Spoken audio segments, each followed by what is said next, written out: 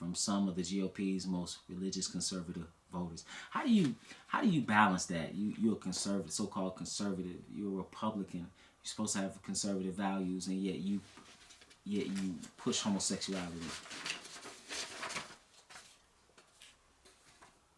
Well, at least you're not doing what they're doing here at the White House. This was from this summer. The White House denounced a handful of attendees at Pride event who posed topless. So they got coke at the White House, and they got some topless transgenders, men with huge breasts.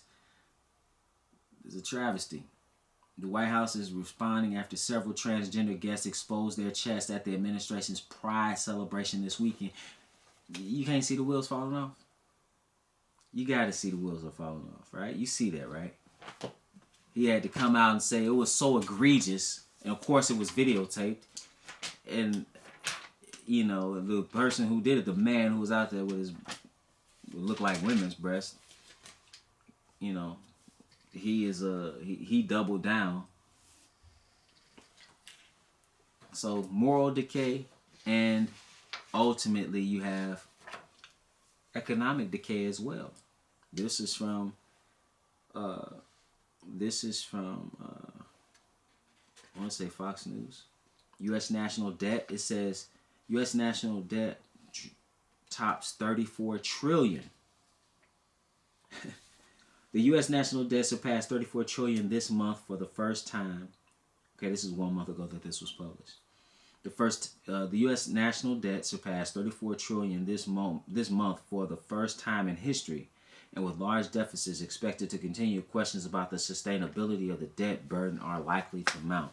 At a certain point, you have to deal with that debt. And that debt's gonna deal with you. Like if you were running a household, you couldn't just go into massive debt without there being some consequences. That's just the reality. I want to read something here in Proverbs, the 22nd chapter, and verse 7. It says, "The rich ruleth over the poor, and the borrower is servant to the lender." See, debt is not good. When you look at the country, and when you look at what is based, what the economic system is built upon, first of all, you have the Federal Reserve, which is a criminal enterprise, and they're basically stealing the American wealth. What they're doing is not constitutional, and the politicians that happened under Woodrow Wilson, and politicians have been compromised, and these banks are basically operating in a way just solely on usury and fraud. I mean, they're loaning out money, charging interest on money that they don't have, that they're creating out of thin air. It's not backed by anything. And then if you don't pay it, they will take your real assets. So yeah, everything is smoke and mirrors. Everybody's in debt. You know, everybody's in debt. Even what he did when he's saying he's gonna erase a lot of the student debt. Well, how are you gonna do that? First of all, you're gonna use money that's earmarked for something else. Secondly, you're gonna take taxpayers' money. So that means that even though, however you feel about it, even those that paid for college, now they got to pay for somebody else's college. Like, there's no real justice. And all these things are done. Why? Political expedience. That's why these things are done. I want us to, last place, let's go to Daniel. So what's the state of the union? Again, wretchedness.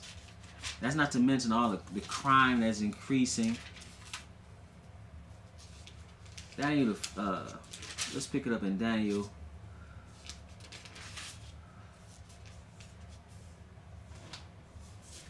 We're in Daniel, the 5th chapter. Because at a certain point, it's too much. At a certain point, your empire falls. This is Daniel 5.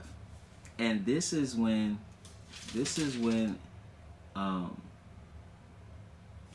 let's pick it up at Daniel 5. This is when Belshazzar, you know, he was really feeling himself. So this is in Babylon, you know. Daniel was a captive, And Belshazzar, he was a king. He made a great feast. He drank wine. He got, he got his father was Nebuchadnezzar. He took the things from the temple and brought out the golden vessels. He's having a party. His wives and his concubines, and they're drinking. His princes, they're having a good time. And then he saw some writing on the wall, and he got weak in his knees, and so he had to call Daniel. Basically, he was told to call Daniel to find out what that writing on the wall was. He saw a hand writing on the wall. It wasn't a human. Verse 25, it says, "And this is the writing that was written, Mene, Mene, Tekel, Upharsin. This is the interpretation of the thing. Mene, God hath numbered thy kingdom and finished it. Tekel, thou art weighed in the balances and art found wanting. Peres, thy kingdom is divided and given to the Medes and Persians." There comes a time when your kingdom is done. It is finished. When the cup of iniquity reaches its brim, you can only do so much. How is it that you don't expect, after the crime of 246 years of chattel slavery and the atrocities that were done there, the atrocities that have been done to the Lord's people, the atrocities that have been committed all over the world in the name of democracy, the atrocity of killing 60. You cannot kill 60 million babies and think you're going to be okay. You cannot sacrifice 60 million babies on the altar of convenience and think that everything is okay. You cannot destroy the first institution given to man by the Lord, which is marriage, for the purpose of bringing forth children. And he told you in another place, the ultimate purpose is, he said, "Ye are God's children of the Most High God." Man has the potential to be God, and you're killing man. You cannot do these things and not expect some retribution, some judgment. You cannot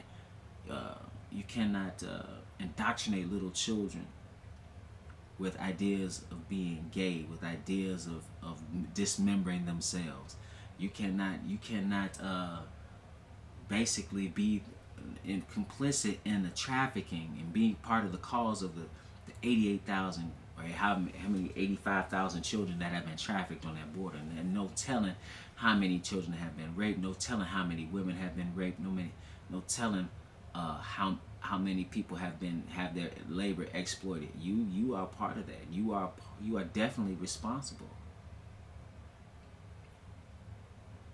And now you're starting to see the crime in the cities after the invasion. And now the country's more divided than it has been since the Civil War.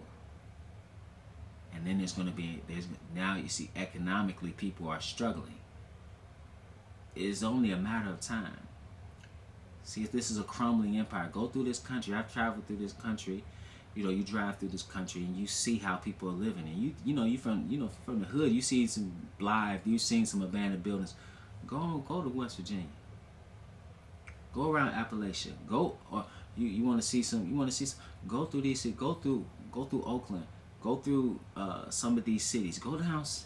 Me and a brother, one of the deacons, went fishing. We went down south in southern Indiana. We were driving. Man, it looked like ghost towns.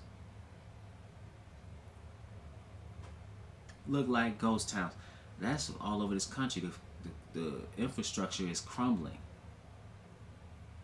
Let's not even talk about education, with 40% of your children today are not reading at grade level. That is an issue of national security. You have propaganda, lies being told in the media wholesale. It's not looking good. So what's the state of the union? Spiritually speaking, it's in a state of degeneracy.